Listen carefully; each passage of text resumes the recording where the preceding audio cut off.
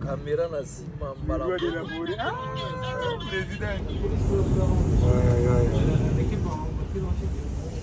Dans la case de train. Le contrôleur à côté. Le contrôleur à côté. Qui a donc à checker. On a déjà au salon. Mais chance qu'on a scanné le plan en aïe, on a scanné la côte, donc on a pris mon gars dans le vigo, on a scanné. Bah oui, c'est bon, on est là pour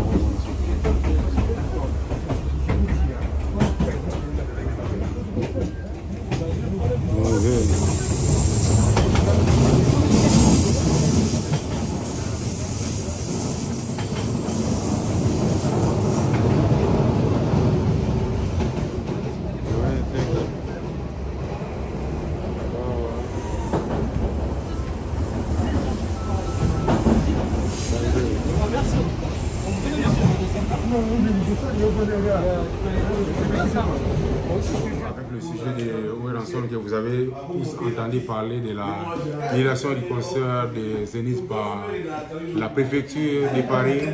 Et aujourd'hui, je suis à l'ACK chez Golf Kizola. Nous allons parler avec les managers. Les managers, ça, aujourd'hui, serait pour lui la première fois de passer son message sur la chaîne tournée du CLTV, la chaîne des fanatiques du roi de la forêt.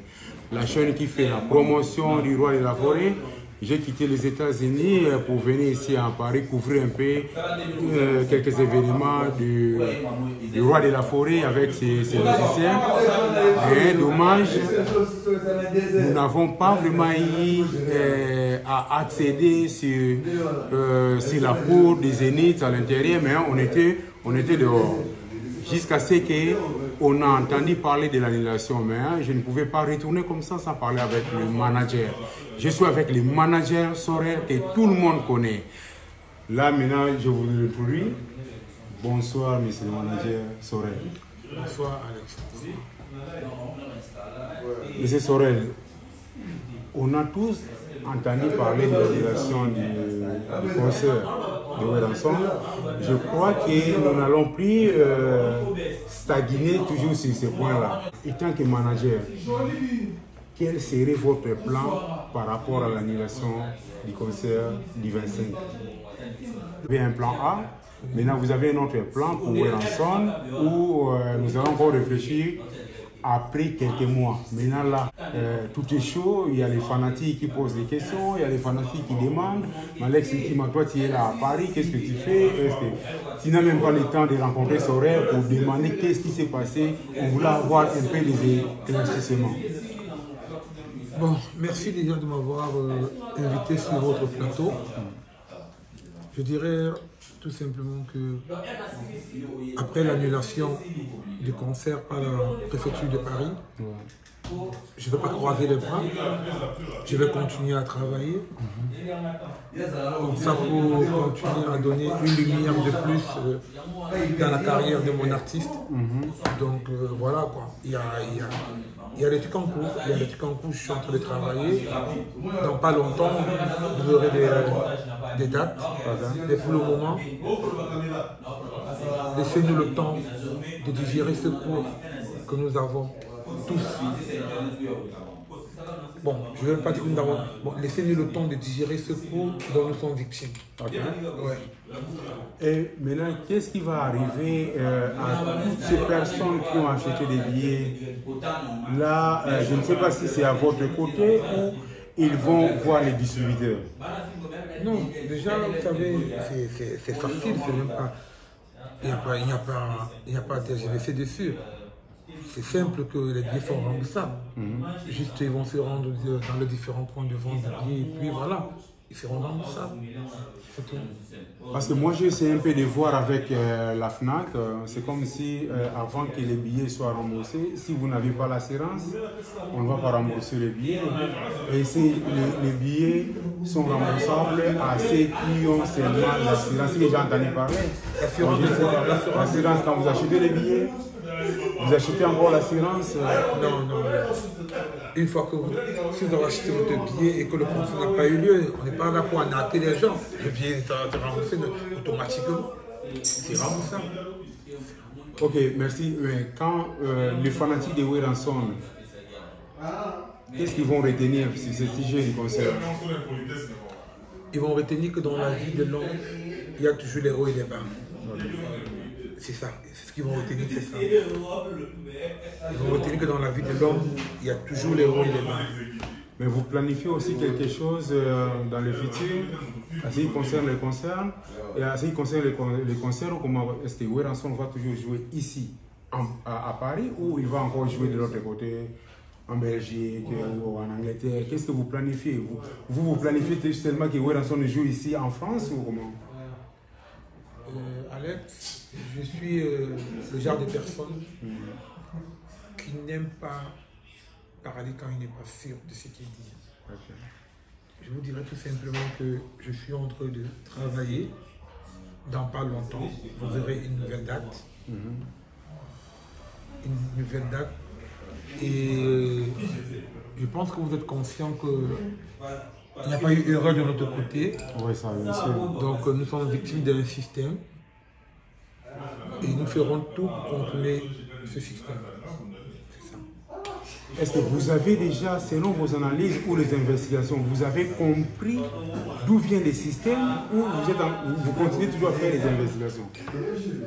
Non, c'est clair que, comme je vous disais tout à l'heure, nous sommes victimes d'un système, ça veut dire que jusqu'aujourd'hui, je suis sûr que toi aussi, Alex, tu sais bien que quand même, Weranson, ce n'est pas la première fois qu'ils déplacent l'orchestre pour l'Europe. C'est pas pas la première fois, donc aujourd'hui, entendre que l'orchestre Wenge Music à Maison Mère a un problème de visa, ça ne s'explique pas. On est d'accord? Donc, ce que je veux dire, c'est que il y a eu refus de visa. On ne va pas s'accrocher sur quelqu'un. Tout simplement, c'est qu'il y a eu refus de visa. Mais la raison, elle est simple. Il y a eu refus de visa pour une raison que nous tous nous ignorons. Ouais, c'est ça. Ouais, mais c'est le La management. réalité, elle est là. Il y a eu refus de visa pour une raison que nous ignorons tous, la raison qu'on ignore. Maintenant, là, à ce point ici, de l'annulation ou de refus de visa, quel genre de procédure que nous avions fait étant que Wenge, l'ambassade a annulé? Quel genre de motif que l'ambassade a dit, parler avec Wenge pour l'annulation ou le refus de visa? Quel a été le réel? C'est ça que je vous disais tout à l'heure, qu'il y a eu refus de visa pour une raison que nous tous nous ignorons. Vous comprenez? Mais ce que je veux dire aux fanatiques de Wenge Music à Maison Mère, c'est qu'on ne combat que des grands. On ne combat que des grands. Oui, on ne combat que des grands. On ne combat pas les petits. Okay. On ne combat pas les petits. Ils sont nombreux là, que si ils ont une date ici en Europe, ils ne seront jamais combattus. Mais ça prouve la grandeur de Weranson. C'est ça. Ça prouve la grandeur de Weranson. Mais on ne va pas s'arrêter là. Comme je vous ai dit tout à l'heure au début de votre émission, c'est que je ne vais pas croiser les bras. Okay. Je vais continuer à travailler pour donner une lumière de plus à l'orchestre Wenge Music à Maison Mère au niveau diaspora. Oui. Merci beaucoup, M. Sorel. Je sais que vous avez tant travaillé sur ces dossiers pendant au moins une année. Vous avez travaillé dans la rage-pied. Est-ce que vous ne planifiez pas un concert au Cameroun ou en Côte d'Ivoire dans les jours à venir pour Weranson? Bon, moi je pense que le premier concert que nous on avait prévu par rapport à la tournée de Weranson, c'était celle du Zénith. Okay. Après le Zénith, il y avait des dates qui devaient suivre. Mais maintenant, avec ce pont que nous avons reçu, on va essayer de voir comment on peut faire les choses différemment, sans tenir compte de l'ancien programme. Ok. C'est ça. Ok, merci. Vous avez quel message à donner à Oranson? Mais Oranson, je n'ai pas un message à lui donner, tout simplement que c'est un monsieur qui il fait qu'il a intérêt à rester debout, parce que c'est un homme. Et déjà, je pense que c'est plutôt à lui de nous conseiller. Ok. Parce que c'est un monsieur qui a du mental. C'est un monsieur qui a du mental. Ok. Je n'ai pas un conseil à lui donner. C'est plutôt à lui de nous conseiller. Parce que je suis sûr que ce n'est pas le premier coup qu'il reçoit dans sa carrière musicale. Ouais. Il a l'expérience pour ça. Raison pour laquelle, quand je parlais avec lui au téléphone, il me dit Sorel, ça va aller. C'est plutôt lui qui me répond Sorel, ça va aller. Donc voilà quoi. Mais que pensez-vous de tous ces gens-là? Parce que je ne sais pas, je crois que vous n'êtes pas dans les groupes de WhatsApp. Je vais parler maintenant pour les groupes de WhatsApp. Que pensez-vous de ces gens-là, les groupes de WhatsApp qui disent que les bureaux ont un problème, que les bureaux de Oranson doivent chercher à communiquer avec les autres facilement? Parce que c'est comme s'il y avait une mauvaise communication entre les fans et les bureaux, ou entre le bureau et l'administration de la préfecture. Que pensez-vous de ces fanatiques? Le bureau au niveau de quoi? De Kinshasa? Au niveau de Kinshasa, oui. Mais si vous avez une question pour le bureau de Kinshasa, tant mieux aller les poser la question. Je ne suis pas mieux placé pour répondre à une question qui est peut-être adressée à mon confrère, le secrétaire général, ou à M. Sony. Je ne peux pas répondre à une question qui est adressée à M. Sony ou comment dirais-je, à CG Katakata. Non, je peux répondre à des questions qui sont adressées à Sorel. Merci beaucoup, Sorel. Merci beaucoup. Il y a une chose que je vais dire aux gens. Vous savez, nous, Africains, c'est très facile pour nous de critiquer. Mais c'est difficile de faire mieux. Pour un Africain, c'est facile de rester, dire ah ouais, ils ont fait ça, ils ont fait ça. Mais si vous lui donnez le même rôle, je ne suis pas sûr que celui-là il fera mieux. Okay. C'est un constat que je fais chez nous les Africains. Mais je vais demander aux fans de reggae musique à Maison Mère, continuez à soutenir votre artiste. Continuez à soutenir votre artiste. C'est maintenant qu'il a besoin de vous plus que jamais. Je sais que les fans de reggae musique à Maison Mère, c'est des vrais. En l'occurrence, Dolph Kizola, Maman Claudine Kinoa, VP Eri Mabungu. Ils sont tellement nombreux. J'ai notre soeur qui est en Angola, là, Fatou Boavida. Ils sont tellement nombreux que s'il faut citer, on va rester là pour ne pas créer une polémique. Reggae musique à Maison Mère, c'est une grande famille. C'est une grande famille. Et une grande famille se mesure au parrain des obstacles. C'est le moment de prouver à votre artiste que vous êtes des vrais. Et moi, Sorel, je vous promets que dans pas longtemps, vous aurez du miel sur la table. Ça, c'est sûr. Okay. Merci beaucoup, M. Sorel. Je suis vraiment ravi que vous placez sur le plateau de Tombé 17 TV aujourd'hui. C'est pas pour rien que j'ai quitté les États-Unis pour venir ici, donc je ne pouvais pas retourner sans que vous passiez sur le plateau. Merci beaucoup Wear America, Pepe Kaziala, Sino Madiamba, Sugar Baby. Merci beaucoup à vous, Elmar, à tout consort. Et puis je salue aussi ma famille, Sylvia Moula Mantima, D'Alex Intima, Dynamo Intima, Lifeka Antolé. Merci pour la réalisation. Vous voulez ajouter quelque chose, M. Sorel? Non, mais si je veux ajouter quelque chose, c'est tout simplement de vous remercier déjà, vous. Vous avez prouvé que vous avez vraiment l'amour pour votre leader qui est Oranson. Vous avez fait un déplacement, c'est pas de 2 km quand même. Mais vous méritez beaucoup de félicitations. Et comme je vous disais tout à l'heure, les Golf Kizola, ils sont nombreux qui font ça. Ils sont nombreux. C'est des gens qui sont là pour le Wenge Music Cameroun. C'est des gens que je pense que nous pouvons compter sur eux. Merci beaucoup. Nous pouvons compter sur eux. Alex, je parle. Aujourd'hui, c'est vrai. Mais je suis abattu. Je sais que, ouais, c'est récent. Ça c'est récent. On a reçu un grand coup. En fait, Alex, on a fait la conférence de presse de ce concert le 24 octobre 2020. Ça fait combien de mois? Le concert vient d'être annulé en septembre. Vous comprenez? Et après la conférence de presse, personne n'a arrêté de travailler. On a continué jusqu'aujourd'hui. Donc, je suis content parce que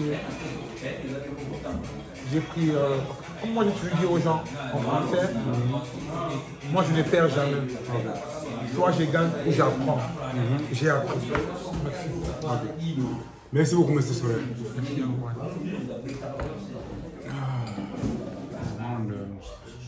C'est bien moi, Alex Ntime, tombé d'ici la Koya. Bino on se voyait que nous avons ce jour à Paris. Jour dans les combinaisons, donc les mardi, on a évité sur la dernière émission. Nous avons un président Golf Kizola, nous avons une émission dans le salon. Mais on a vu que dans l'émission, vendredi, nous avons gagné ma peau, nous avons expliqué la réalité aux États-Unis et puis la réalité au Congo par rapport à la maison mère. Moi, je suis dans la maison mère. Mais après, on a fait ACK. Nous avons fait ACK, on a vu que nous avons journaliste visiteur, nous avons gagné Mazali, nous avons Moukwaso Lazali.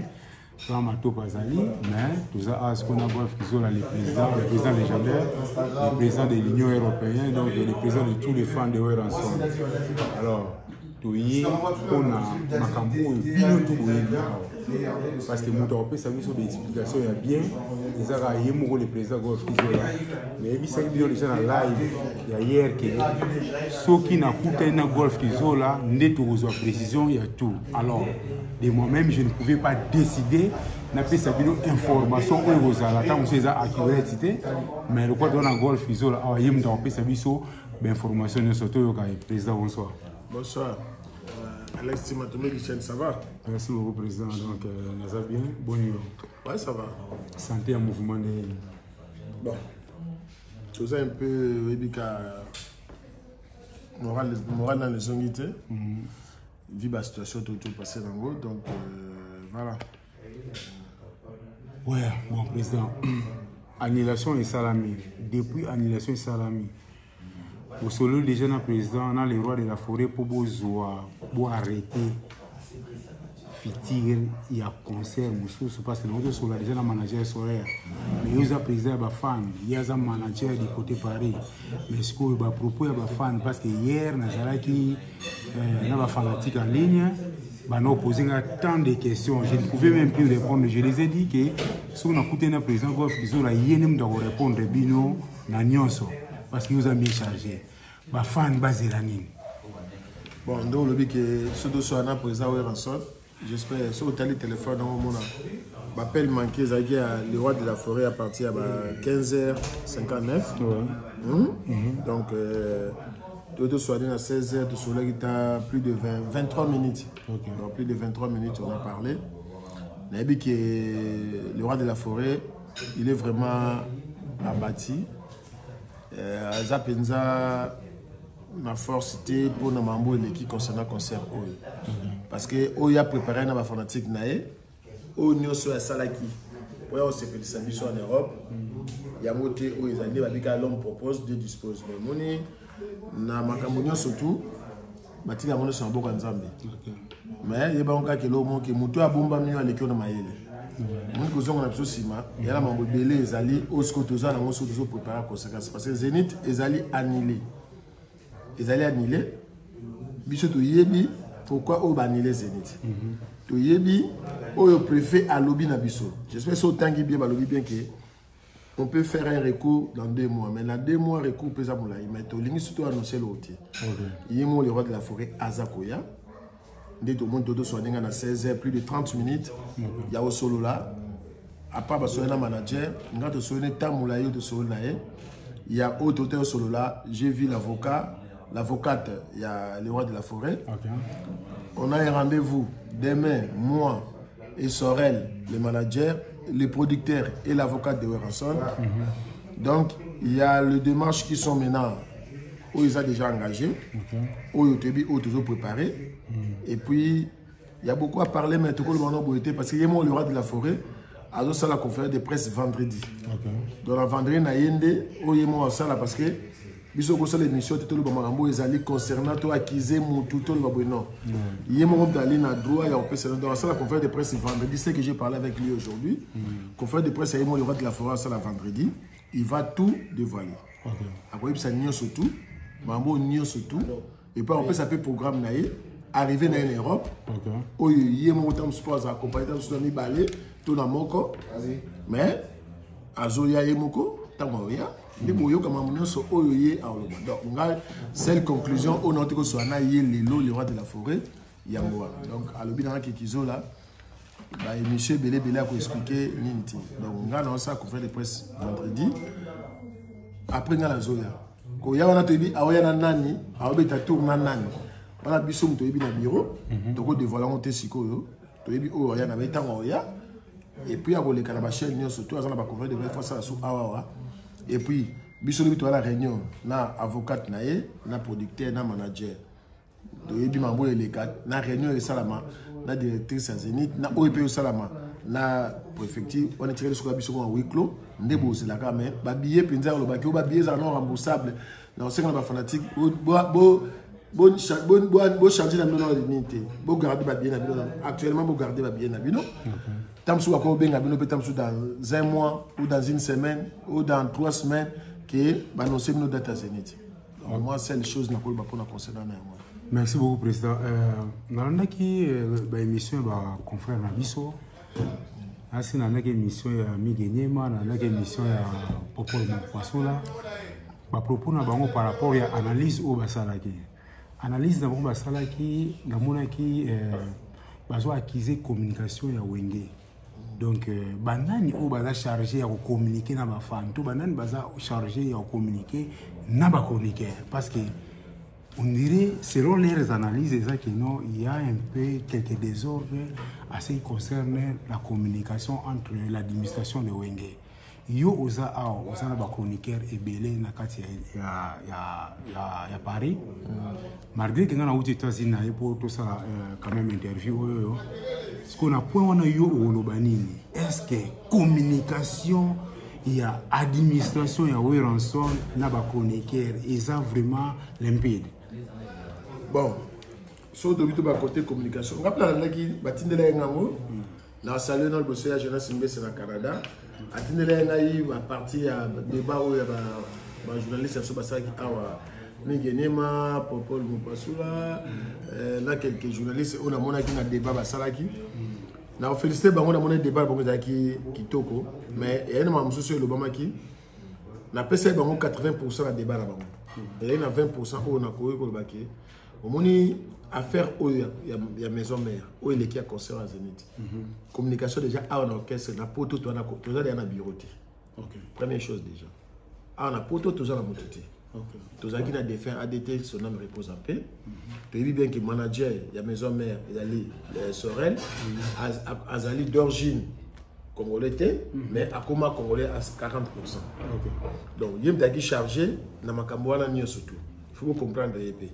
Bon, il y a des présidents à la femme, il y a des membres de bureau, mais comme maison mère eza orchestre ya on a privé pe émovier et là mamsusu na comment ça là aux alliés accord et président aux senga que non il faut na motiver tout les milali kambo oyo to yeba ko organiser en Europe ya moment mambo oyo lobi ke ya bureau en Europe to na bureau te bureau eza na Kinshasa donc bureau eza na Kinshasa communication des apparts na Kinshasa est-ce que dans un événement à Zénith les mal et banek déjà na débit Nous avons les mal dans le débit.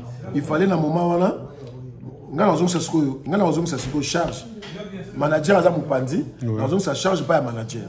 Parce que c'était les managers qu'il fallait des moutons en contact. Naba, journaliste en Europe pour la communication. À solo bango. À partir de ce journaliste, anga zobat o tam so anga tika mo za charger ya makambo internet de communication ko ba ko la makambo wana. Donc voilà.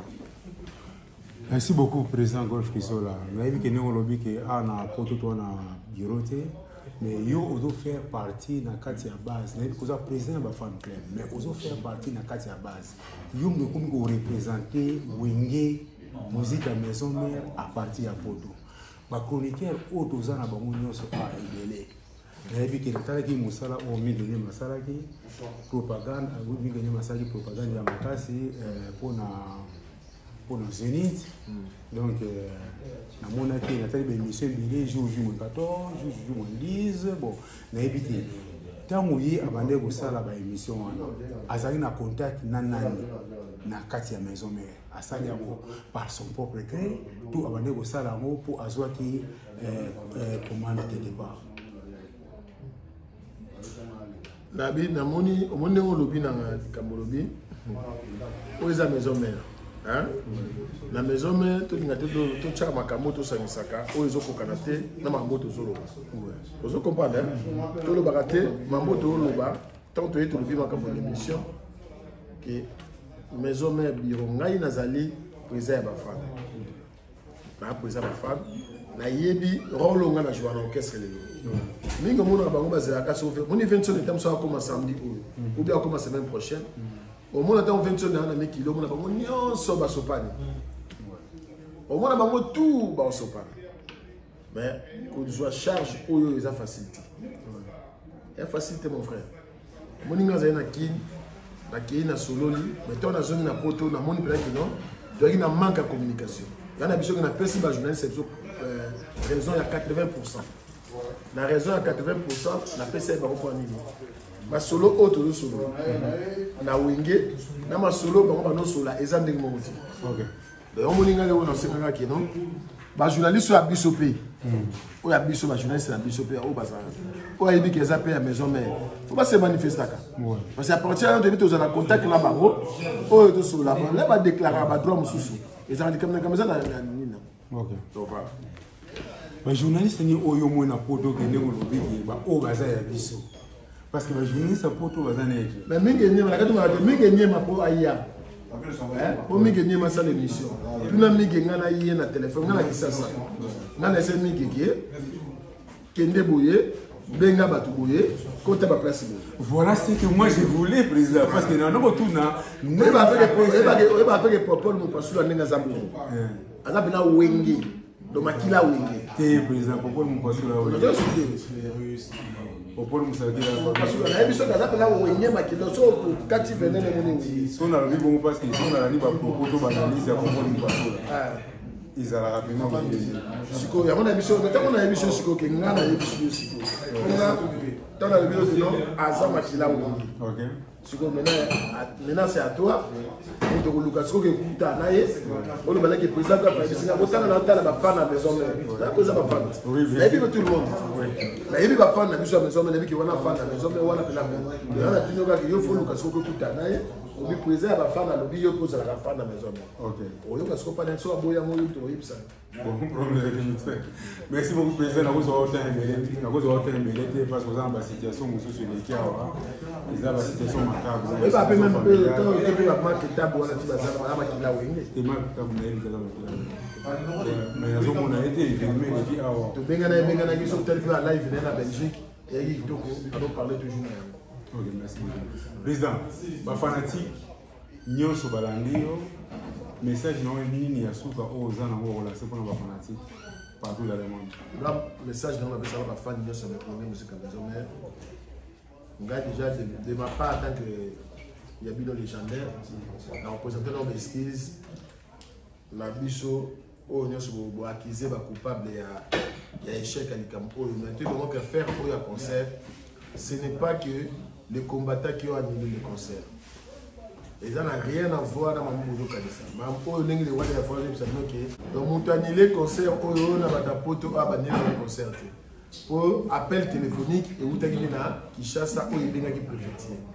Et ça la montée ko combattant a il ça qui préfère boyer au basa qui les balobi les rois de la forêt a doit faire partie d'un pouvoir actuel.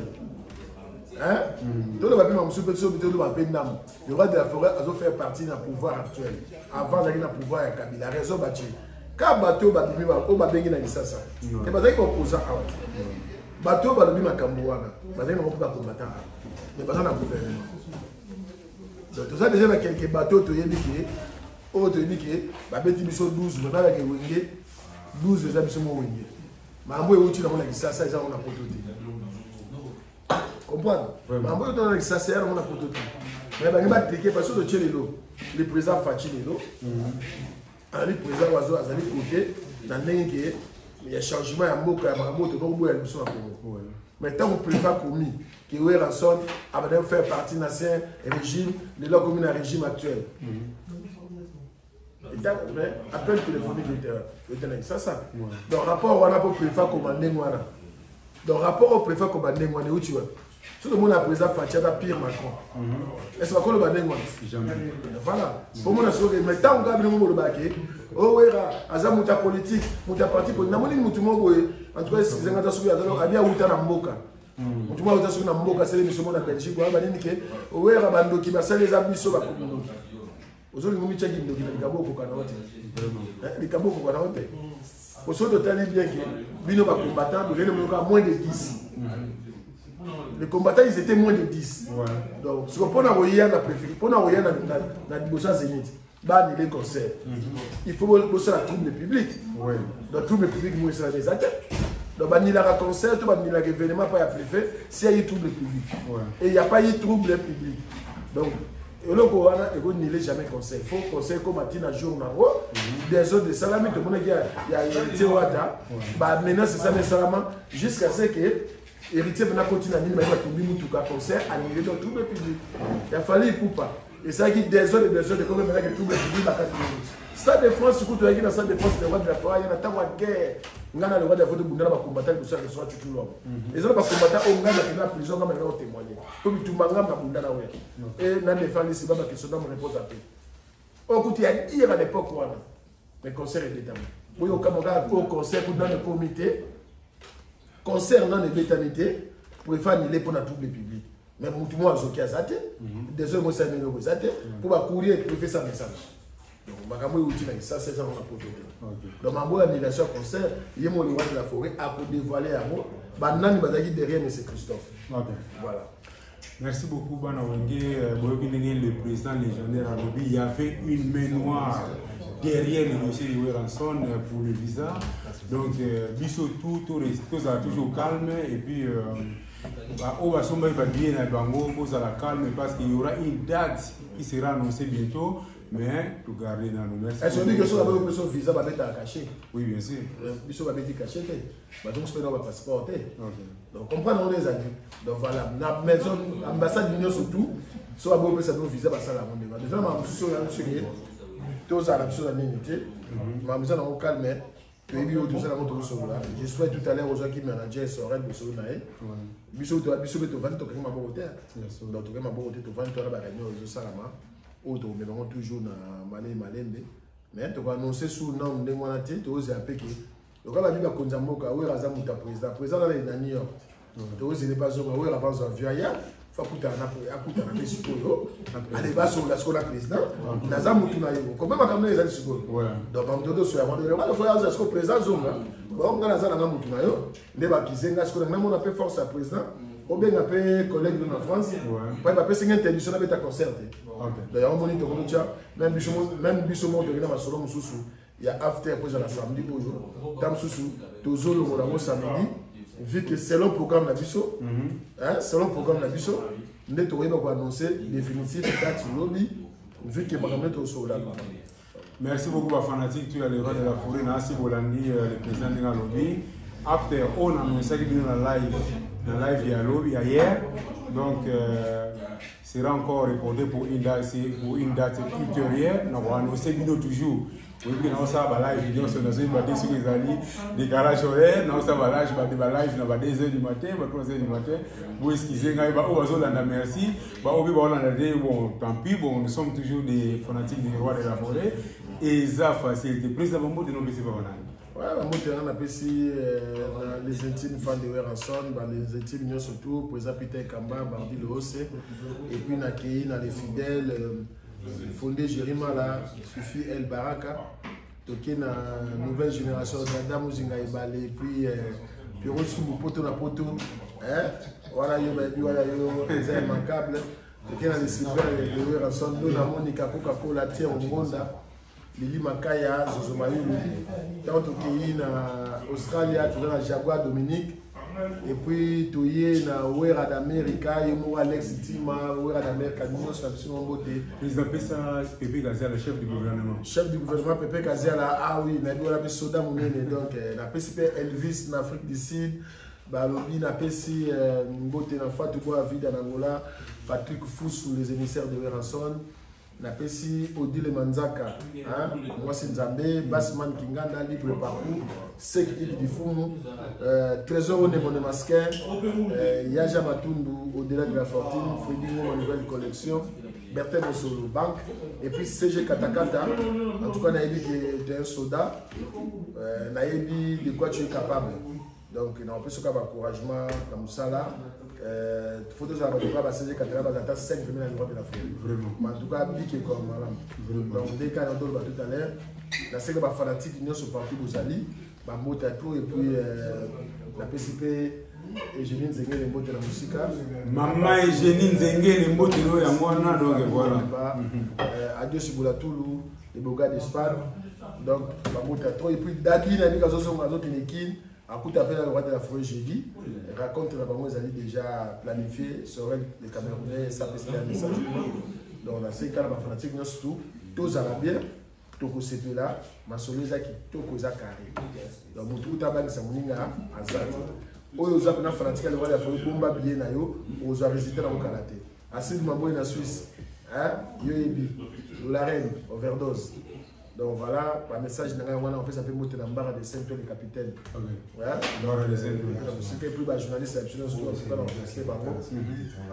Na ba débat sur ça pour la loi de la forêt et ça la monter en lomolaté. C'est bien aussi que ça pour abisso bozo ba critique te mabe. Et logo ya munga na yose na skuna wengi na longoli image na ba polémique ba journaliste. Ote yo na wenge mo été profiter. Mais quand on ça la débat on ba mabe na biso na caisse poto yeba pas une de corriger.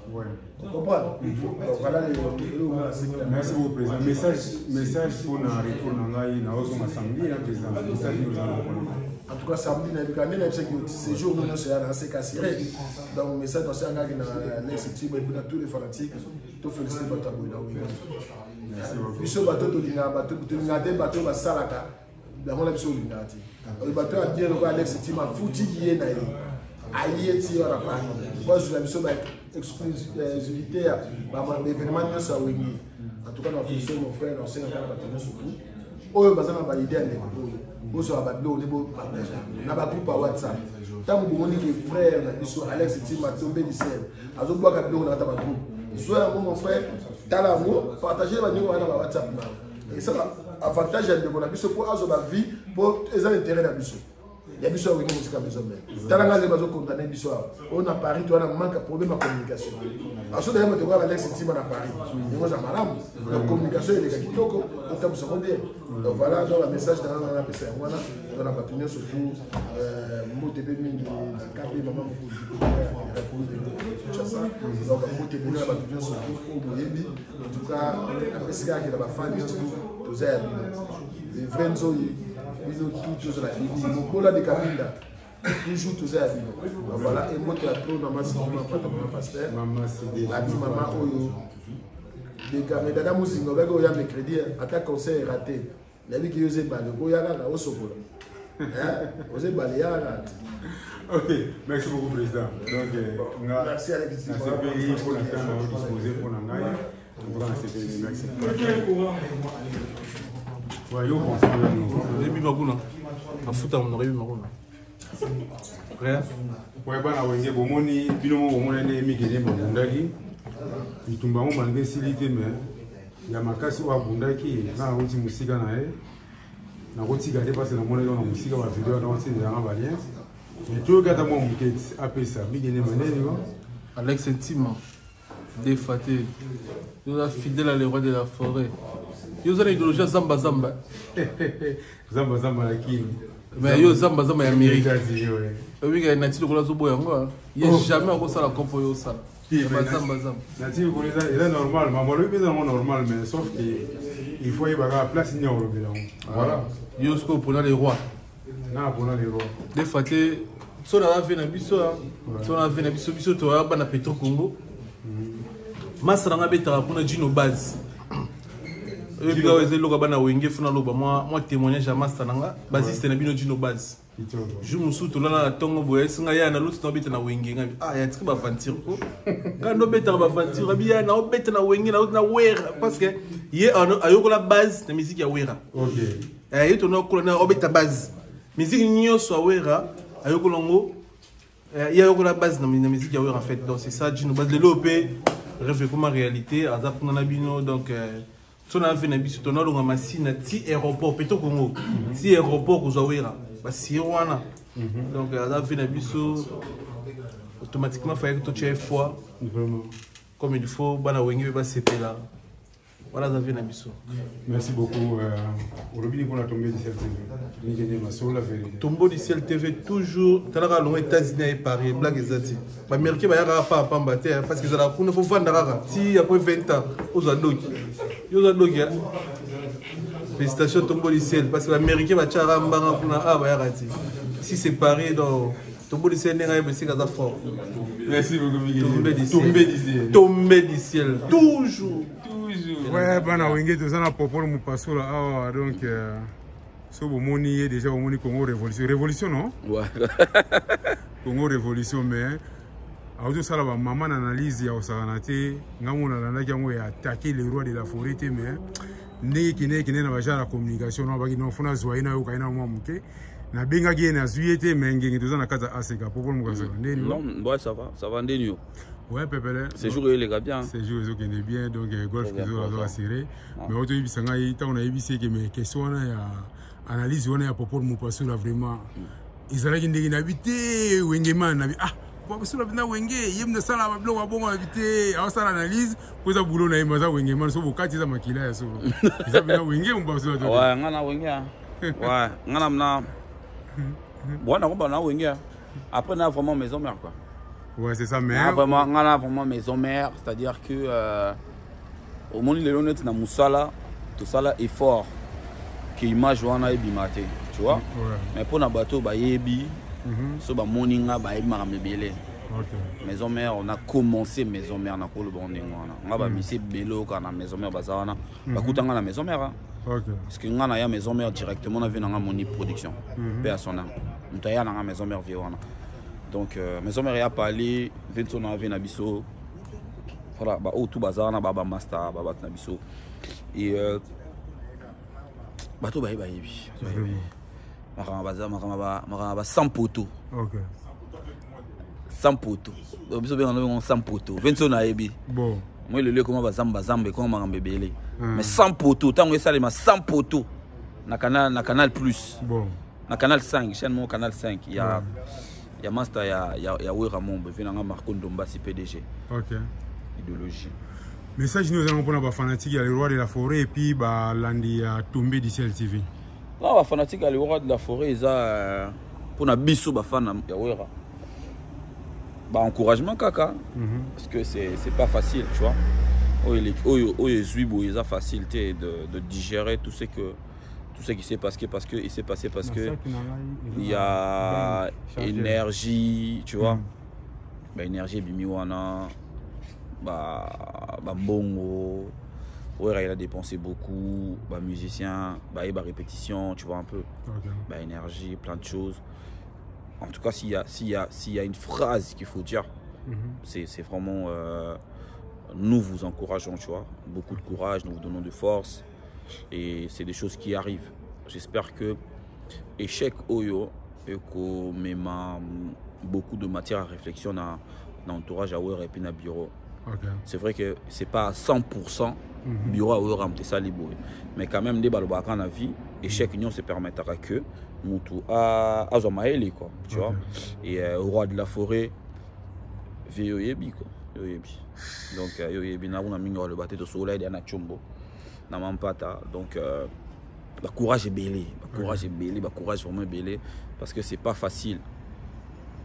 Les Kambousseux, Moutou, Salango, il y a important, ils ont la comme Matina Souka. Mais surtout comme une Souka, ça dérange. Tu vois, ça dérange. J'ai beaucoup de courage dans ma mission à maison mère. Il y a machine c'est Bondo, Papi Kakol. Hein? Il y a ma film, il y a et puis na Dr Pichu Muzungu. Ah, na quand Dr Pichu Muzungu. Donc na boulé, on a pêché Mbote. Na ba master tout, ba master tout ba na kin. Ba master tout à maison mère. Donc voilà, ba courage na bino. Ne baloba koto qui est un encore parti mon remise. C'est-à-dire que le temps que les musiciens n'abusent pas sangana, ils vont attaquer l'ouawana et ça là qui m'a comme c'est ça les ma date monsieur monana. Marambe fungama nango, marambe fungama 2022, 2023, 2024. Déjà France s'est organisé les Jeux Olympiques en 2024 si je me trompe pas. Donc marambe fungama, nous les bêta donc beaucoup de courage dans le roi de la forêt. Il y a master tout à winner musique à maison mère. Pour na baya tout ba talanga aux États-Unis. Lui, il était américain depuis Kinshasa. A comment aux États-Unis, a comment super américain. Fichouango, moi ça n'a 2 mètres de taille. La Pessimbote, na Prince Mwangwa. Donc il y a Fergie, il y a Salon les jumeaux. La Pessimbote na ba et na States na za suguna. Yannick Mboko, aux États-Unis. Na Pessimbote na Yannick Mboko. Donc tout dans la state au bas talangai misuba comme kimi. Donc mbote na bino c'est tout ça toujours tout bunda toujours pour la culture à Congo et kende liboso musique et faire partir la culture. Ce qui est arrivé à Ouera, c'est l'échec pour nous autres aussi parce qu'on a milité tout saliba émission tout saliba rebelle pour nous les betama. Mais voilà, on m'a décidé autrement. Et j'insiste encore. Bah, courage dans le roi de la forêt. Bah, courage dans ma mission sur Wingé. Donc voilà. Merci beaucoup mon passo. Message nous allons pour tomber du ciel TV. Bah, encouragement na yo. Hein. Bah, encouragement à tomber du ciel TV. Au sali des journalistes à Salara. En cas d'événement, ouye pour yomoro assister. Tu vois? Ouye pour yomoro assister, ouye pour yomoro mon appel événement n'engé les là. Donc ça les mandés on a bien que événement monsieur les gars yo raté. Jamais. Mais tout ouye. Mais ça les quand même bien. Ah n'engana bossa na bana mai. Ah mon ngai Marius Muhunga. Le véritable le seul MM. Donc on a passé peu aux États-Unis. G.I. Gary Wele. On a passé bien beauté. Donc obi ke bana so tangi bangote ça la mo fo pour ba battu na biso. Donc voilà mais bana state to la nara. Bana state na bandeli, bana state to la nara. Ino opeza nga mutu mombote Pepe Gazala, mais où est Amérique Pepe Gazala? Pepe Gazala. Ouais, Pepe Gazala où est Amérique? Ouais, ça côté ni. Le chef du gouvernement des États-Unis. Les États-Unis. Koloma kamba maison na nenga côté kuna. Pepe Gazala. Et ça là bien donc bientôt tous en États-Unis on est ça là bien. Bientôt. Très bientôt, tous à la Wana State. Beta moi États-Unis, après Tokiti, Canada, après voilà. Merci beaucoup mon frère. Merci beaucoup mon papa, mon pasteur. Tous autres voici les grands journalistes. Donc on va ça là qu'il y a Babiloko Bandaka là. Mato Paza, on a été sur nous sommes bien.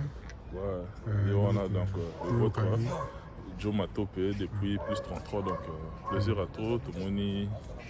Faire la bisous salib non balobara notre investigation c'est-à-dire au type de musique qu'on a payé de l'oncle Sam qui titi awa beaucoup de bonheur beaucoup de félicitations à eux et puis on a tombé du ciel bande de retour botala ngona musique croyez-moi sur parole c'est vraiment du bon travail quoi. Merci beaucoup Matopé, c'est bien.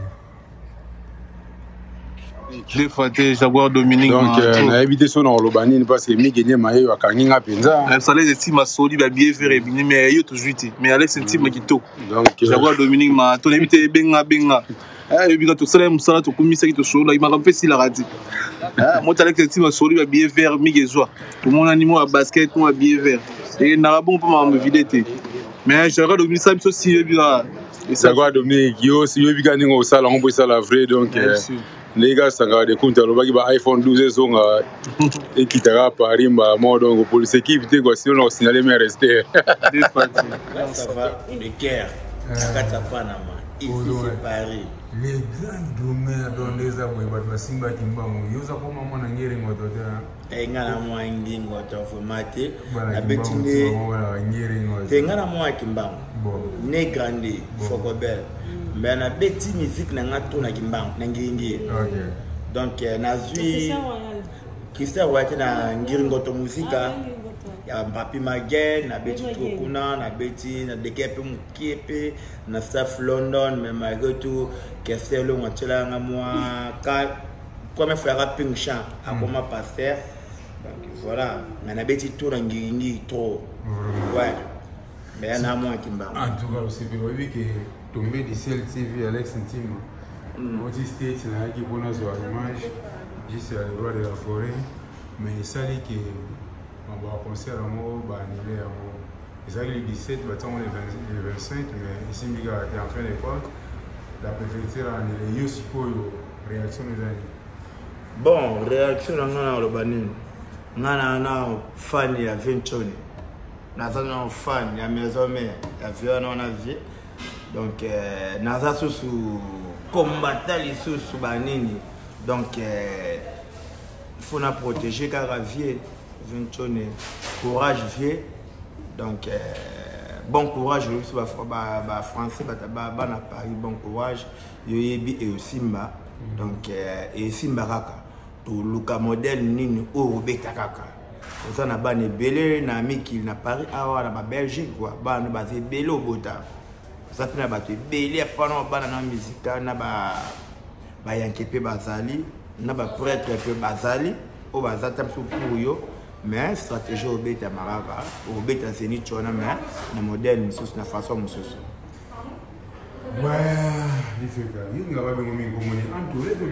Bon, comme on a vraiment tonton Lifeka, Entolé. Surtout zone pour na suka de la fa bente qui se fait na kati liyo le sur na kati. Na tonton Lifeka be Chicago. Chicago. Ouais, Chicago. On est en France, on est au Chicago et donc Lifeka de Chicago tala na bimisa ngoto te na France. Donc même avant Mambi quelqu'un ça va bien enfant Mambi. Na miki mais Chicago toujours oh bah yebi nga bien na Chicago.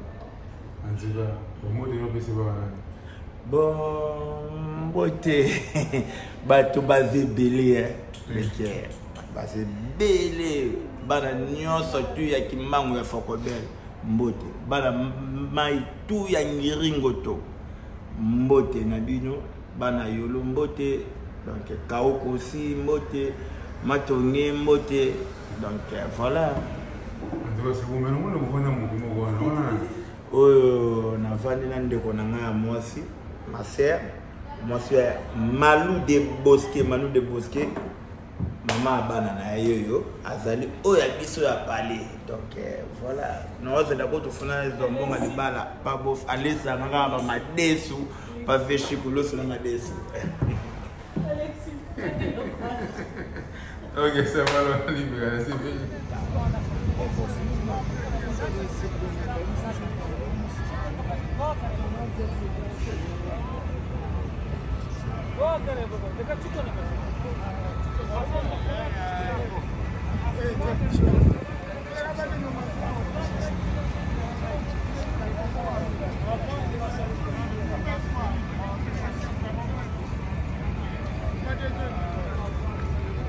Ateta quand nous sommes en terre, où est Jonathan?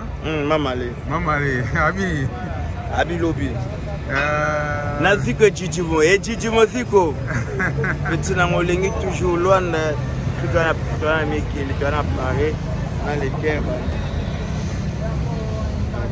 Rien à dire.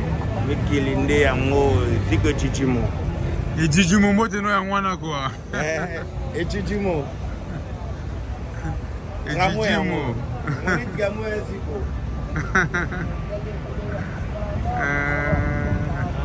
C'est un mot de bébé. Et Chichimo, t'as tramway en haut. Oh, métro T. Tramway en haut. Il y a quand ça on y métro. Il y a quand ça on métro, il y a bien on peut train pas. Mais quand la même chose ya.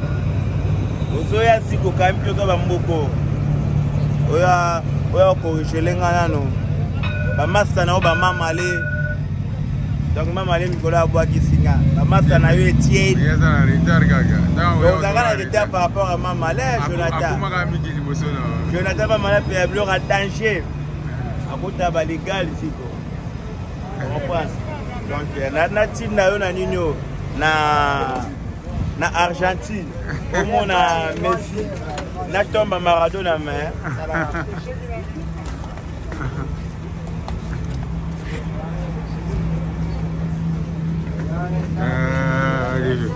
biso tram ya ofele hein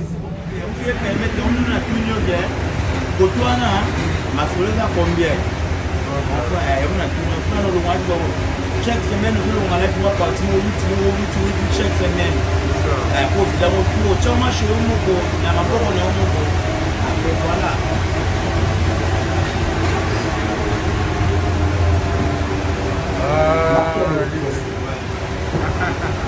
Antoine Paris marque des poissonniers les trolling 4 donc tout le haut qui a la marque des poissonniers donc c'est le métro 12 ouais métro 12 sur la direction il y a la porte de la chapelle il top moi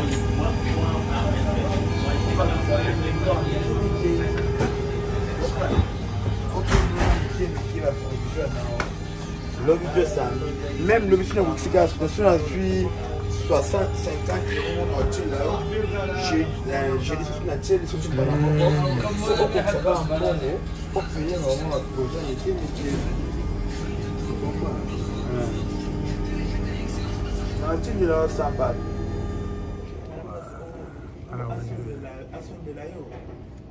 Stade de France. Tu as un Stade de France. Vous avez le transport. Métro Delicam. Villeneuve Saint-Georges. Mon place n'a aucun. Paris Gare du Nord, Châtelet, Paris Gare de Lyon, Maison Alfort, Villeneuve Saint-Georges. Ouais, place n'a aucun. Donc, place n'a aucun. C'est la gare train. Ah, nous ça la boulot est vidé. Nous ça la boulot est vidé. Donc, ah non, c'est la train quoi. Jaguar Dominique, Pépé Kazia là, Oyoki. Golf Kizo là. Dans les managers. Ah, voilà quoi. Alex Team. Tombé du ciel. Ouais, tombé du ciel, tombé du ciel. Akoya, tombé du ciel. Akoya du ciel. Tombé du ciel. Je fort. Tombé du ciel. Akoya déjà. Dédicace, grosse dédicace. Alex Team, big. You understand? Je comprends. États-Unis,